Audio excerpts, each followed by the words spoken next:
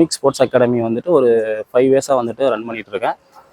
எங்கள் அகாடமிலேருந்து பார்த்தீங்கன்னா 5 இயர்ஸில் இருந்துட்டு காலேஜ் ஸ்டூடெண்ட்ஸ் வரைக்கும் நம்ம வந்து கோச்சிங் கொடுத்துட்ருக்கோம். இப்போது வந்து பார்த்திங்கன்னா நம்ம தமிழ்நாடு எஜுகேஷன் டிபார்ட்மெண்ட்லேருந்து பார்த்திங்கன்னா ரிபப்ளிக் டே ஸ்போர்ட்ஸ் அப்படின்ட்டு கேம்ஸ்ன்ட்டு ஸ்டேட்டில் மீட் நடந்துச்சு. அதில் என்னோடய ஸ்டூடெண்ட்ஸ் வந்து பார்ட்டிசிபேட் பண்ணாங்க. அதில் பார்ட்டிசிபேட் பண்ணி தியா, நிவேதா, நேத்ரா நேஷ்னல் செலக்ட் ஆனாங்க. ஸோ செலக்ட் ஆகி இப்போ அவங்க நேஷ்னல்ஸ் வந்து பார்த்திங்கன்னா ஜார்க்கண்ட் மாநிலத்தில் ராஞ்சியில் நடந்தது. அந்த மீட்டில் வந்து பார்த்திங்கன்னா 100 மீட்டர்ஸில் தியா வந்து 100 and 200 and 4x100 மீட்டர்ஸ் ரிலேயில் வந்து தியா வந்து 3லேயுமே கோல்டு பண்ணியிருக்காங்க.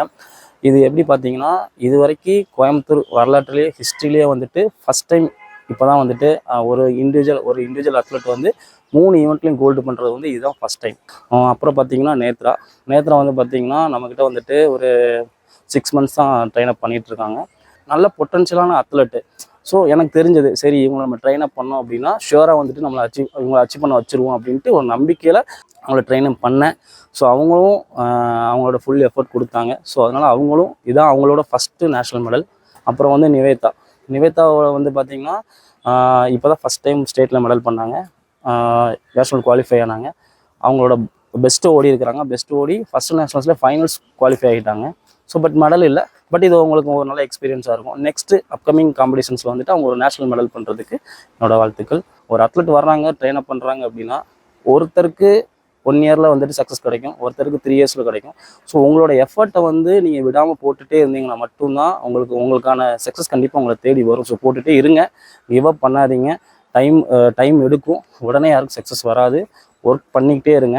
லாஸ்ட் டைம் ஆர்டிஎஸ் ஸ்டேட்டில் வந்து 100, 200 மீட்டர்ஸ் கோல்டு, 100 மீட்டர்ஸ் வந்து 11.95 செகண்ட்ஸில் ரெக்கார்ட் பண்ணியிருக்கேன்.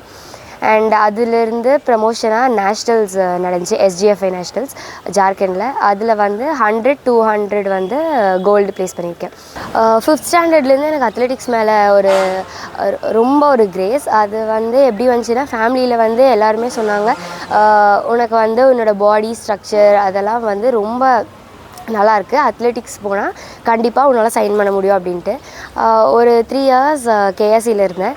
அதுக்கப்புறமா ஒரு 9th ஸ்டாண்டர்ட் ஆனுவல் லீவில் யூனிக் வந்தேன். யூனிக்கில் எனக்கு வந்து ரொம்ப நல்லா சப்போர்ட் பண்ணார். சார் ஆகட்டும், ஒர்க் அவுட்ஸு எல்லாமே ரொம்ப சூப்பராக இருந்துச்சு. அவரால் தான் வந்து என்னால் இவ்வளோ அச்சீவ் பண்ணி இவ்வளோ தூரம் வர முடியுது. ஸோ இன்னும் அச்சீவ் பண்ணுவேன். Asian games, world games, Olympics அதெல்லாம் கண்டிப்பாக போவேன். ஆர்டிஎஸ்ல வந்துட்டு சில்வர் மெடல் பண்ணி 68th நேஷ்னல் ஸ்கூல் கேம்ஸுக்கு வந்துட்டு 100 மீட்டரில் பார்ட்டிசிபேட் பண்ணுறதுக்காக அங்கே போனேன். அங்கே வந்துட்டு பிரான்ஸ் மெடல் அடிச்சிருக்கேன். அது போக வந்துட்டு 4 to 100 மீட்டர் ரிலேயில் வந்துட்டு கோல்டு பண்ணியிருக்கேன். அதுக்கப்புறம் வந்துட்டு அங்கே இருந்த கிளைமேட் எப்படின்னா நம்ம இங்கே இருக்கிற கிளைமேட்டுக்கு அடாப்ட் பண்ணிட்டு அங்கே போகும்போது சுத்தமாக வெதர் ரொம்ப டிஃப்ரெண்ட்டு. அடாப்ட் ஆக ரொம்ப கஷ்டமாக இருந்துச்சு. ஏன்னா இங்கே நம்ம ஃபுல்லாக நம்ம ட்ரைனிங் பண்ணுறதாகட்டும் சரி எல்லாமே வந்துட்டு அந்த ஒரு அந்த இதுலேயே தான் இருந்துட்டு அங்கே போய் அந்த எக்ஸ்பீரியன்ஸ் வந்துட்டு டோட்டலாக ஒரு டிஃப்ரெண்ட்டான எக்ஸ்பீரியன்ஸ். ஃபுல்லாக கிளைமேட்டாக இருக்கட்டும் சரி எல்லாமே ரொம்ப சில்லுன்னு. அண்ட் மோரோவர் அங்கே வார்ம் அப் பண்ணுறதுக்கே அவ்வளோ இதாக இருந்துச்சு. இங்கே ஒரு 2 லேப் அந்த மாதிரி ஓடிட்டோன்னா டக்குன்னு வார்ம் அப் ஆயிரும். அங்கே அப்படிலாம் கிடையாது. கண்டினியூஸாக அந்த ஒரு வார்ம் அப்லேயே இருந்துகிட்டே இருந்தால் மட்டும்தான் அங்கே வார்ம் அப் ஆகி நம்ம ரேஸ் ஓட முடியும். அண்ட் அங்கே வந்துட்டு என்னோட பெஸ்ட்டு நான் கொடுத்துருந்தேன். அதுக்கப்புறம் அங்கே ஹீட்ஸும் செமியும் இருக்கட்டும் சரி அங்கே வந்துட்டு 6th டைமிங்கில் தான் இருந்தேன். ஃபைனலில் வந்துட்டு சார் சொன்னார் கண்டிப்பாக மெடலில் தான் இருக்கேன், கண்டிப்பாக மெடல் பண்ணுவேன் அப்படின்னு என்னை ரொம்ப ட்ரஸ்ட் பண்ணார். ஸோ அந்த மாதிரியே வந்துட்டு நான் பிரான்ஸ் மெடலோட என்னோட பெஸ்ட் டைம் பண்ணி முடிச்சிருக்கேன். நம்ம கிவ் அப் பண்ணாமல் பண்ணுறது தான் வந்துட்டு காம்படிஷன்லேயும் நமக்கு அது ப்ராக்டிஸ் ஆகுது. ஒரு இடத்துல நம்ம விட்டுட்டோம்னா அதை விட்டுறக்கூடாது, நமக்கு இன்னும் இருக்குது பண்ண முடியும் அப்படிங்கிற ஒரு மென்டாலிட்டி வந்துட்டு அந்த ட்ரைனிங்லேருந்தே நம்ம ஒர்க் அவுட் பண்ணும்போது அதை பண்ணணுங்கிற ஒரு இது வந்துட்டு காம்படிஷனில் அது ஆட்டோமேட்டிக்காக அடாப்ட் ஆகுது. நம்ம அப்படி விட்டுறக்கூடாது, நம்மக்கிட்ட இருக்குது, நம்மளால் பண்ண முடியும் அப்படின்ட்டு. அண்ட் காம்படிஷன் டைமில் கண்டிப்பாக அந்த காம்படிஷன் ஃபியர் எல்லாத்துக்குமே இருக்கும். அவங்க எவ்வளோ ஸ்ட்ராங்காக இருந்தாலும் அந்த காம்படிஷன் ஃபியருங்கிறது கண்டிப்பாக இருக்கும். அண்ட் அந்த ஃபியரை வந்துட்டு அவர் வந்துட்டு ரொம்ப ஈஸியாக ஹேண்டில் பண்ணுவார். ஒன்றும் இல்லை, ஜஸ்ட் ஒரு ரேஸ், நீ ஓட போற அவ்வளோதான், நீ ட்ரைனிங்ல என்ன ஓடுறியோ அதை தான் அங்கேயும் ஓட போற, அதை அப்படியே அப்ளை பண்ண போற, வேற எதுவுமே இல்லை அப்படின்னு சொல்லி ரொம்ப அழகா மோட்டிவேட் பண்ணுவாரு.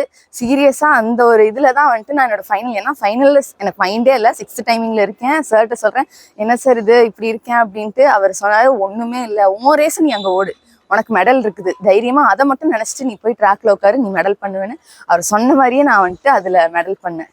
அதனால என்னோட சாருக்கு வந்துட்டு தேங்க்யூ சொல்லிக்கிறேன். நான் இப்போ தான் ஃபஸ்ட் டைம் ஸ்டேட்டில் மெடல் பண்ணுறேன். இதில் இப்போ தான் ஃபஸ்ட் நேஷ்னல்ஸும் போயிருக்கேன். அதில் ஃபைனல் குவாலிஃபை ஆனது ரொம்ப சந்தோஷமாக இருக்குது. நெக்ஸ்ட் டைம் வந்துட்டு மெடல் பண்ணணும், என்னோட இண்டிவிஜுவல் ஈவெண்ட்டில் மெடல் பண்ணணுன்ட்டு அதுதான் என்னோட எய்ம்.